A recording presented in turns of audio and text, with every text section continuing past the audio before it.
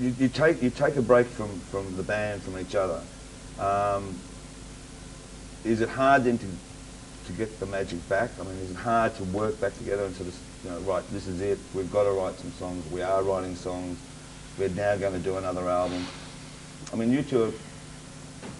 I don't know, that's a good question. Is it hard to get the magic back? I think if you have a connection to your understanding of a spiritual magic as a human being, the magic is always there. It's just whether or not you can access it. It's whether or not you can clear away all of the superficial debris of insanity and connect with that spiritual magic. And if you can, then, you know, as an artist or musician, you can make that happen in that way. And I think it was a period where we were all rummaging through our own insane wreckage and trying to get that magical and spiritual connection. And when we did, the music happened very naturally and very magically. Right. It's just like playing music is just one kind of expression, you know. I mean, someone could be like a completely creative, like any one of us could be like creative and like, you know, creative as like a lover or as a friend, you know, and still have the magic for playing music.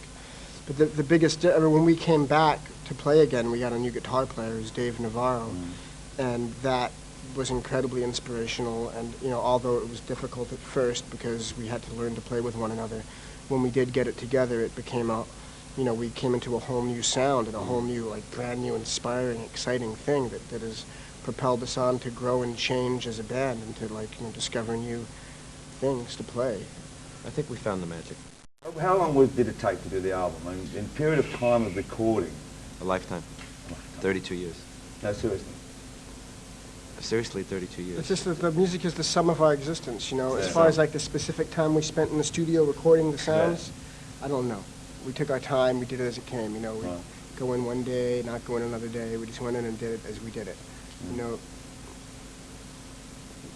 It wasn't going to be finished until it was finished, and who knew how long that was going to take. And as it unfolded, we just kind of let it unfold.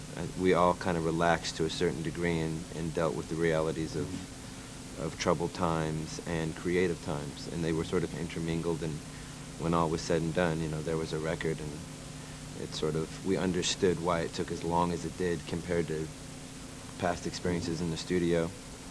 But I don't think we had expectations of exactly when we were supposed to be finished. So when it started becoming bigger and bigger, and as big as it became, and what the Peppers became on a world market to an audience, were you very aware of that? I mean, it's all very well, you know, big here, big there. Were you aware of how much it meant to a Peppers audience, which was a bulk rock and roll audience, what it meant to them to follow the Red Hot Chili Peppers? Personally, I am fairly incapable of relating to that reality on a whole, because I'm so deep in the forest that it's very difficult to remove myself and just look at an example of what you're talking about. I don't really think in those terms like that, but there were lots of moments that I experienced during the sort of life of that record when it was out, just being out on the street and having a car drive by, listening to the record, and you know, that made me happy to see some guy driving and whistling and singing to the record we made.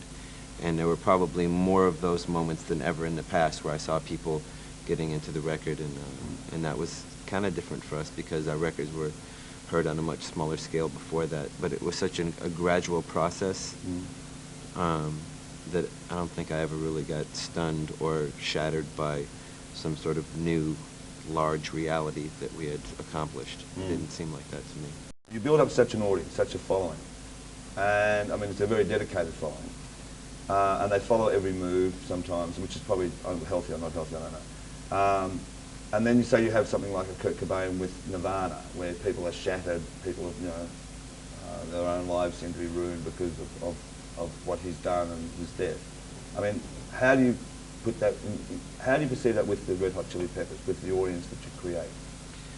To me, that it's not a band thing, you know. When Kurt dying is, I mean, certainly the world lost one of its most incredibly inspirational artists, but I mean, it's more of Kurt dying at a young age and not being able to realize his full state of evolution in his lifetime. I mean, it's not really a media thing or a band thing or a public thing. I mean, obviously a lot of people were affected, but I mean, when I think about Kurt dying, I think about, you know, a father and just a sad, lonely guy who didn't quite get a chance to figure it out before he got in so much pain that he used a permanent solution for what could have been a temporary problem. What I was saying before was about, it's not about the exterior things. It's not about what are people thinking. It's not about what am I going through. You know, I've got all these hardships. I mean, everybody thinks that their hardships are the heaviest. Everyone, you know, everyone has hard stuff to deal with. It's about being together as a person, you know, on an emotional and a spiritual level, and being in touch with yourself and being able to listen to yourself and to, you know, be a happy person. It doesn't have to do with, you know, whether you're a star or whether you're a bum on, you know, on Skid Row. It's about being together personally and individually. This album I find very personal in a lot of ways with the lyrics. We read at times, you know, that you have had your ups and downs. I mean, whether they're true or not, whether you read or believe, you know. Is it hard at times, you know, to be Anthony Kiedis? Is it hard to be me? I find it very difficult to be me. Yeah. Was it more difficult being you because you're a rock star than it was being you before? It's been hard to be me my whole life. Yeah.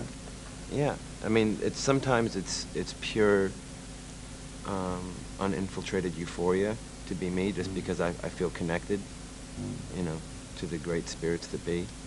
And then, you know, the other 99.9999% of the time, I'm just kind of a confused and bewildered kid. Finally, Rick Rubin. God, he must have gone mad touring this album. Rick? No, Rick Rubin. Was it good to be working with him again? Dave, maybe you can answer this one. No, you know, Rick is a very centered beard of a man. I think he probably kept us from going even more mad than we did in a lot of ways. Rick is a very intelligent, caring, musical person, and he's our friend, and we like him. That's how come he produced our record. He just, you know, has a good objective opinion, and, you know, is patient, and just, you know, he's just there for us when he's there. And probably the softest hands in rock and roll belong to Rick Rubin. Hands of a baby. Because, I mean, it was, when it was announced that you and Rick Rubin were joining together to do the last album, people, you know, because it seemed maybe poles apart. It was a great magic. Yeah, people don't really know Rick, though. No. You know, they know an old persona, an old media-generated persona of Rick, and the real Rick is probably a hell of a lot different than how he is perceived by the public.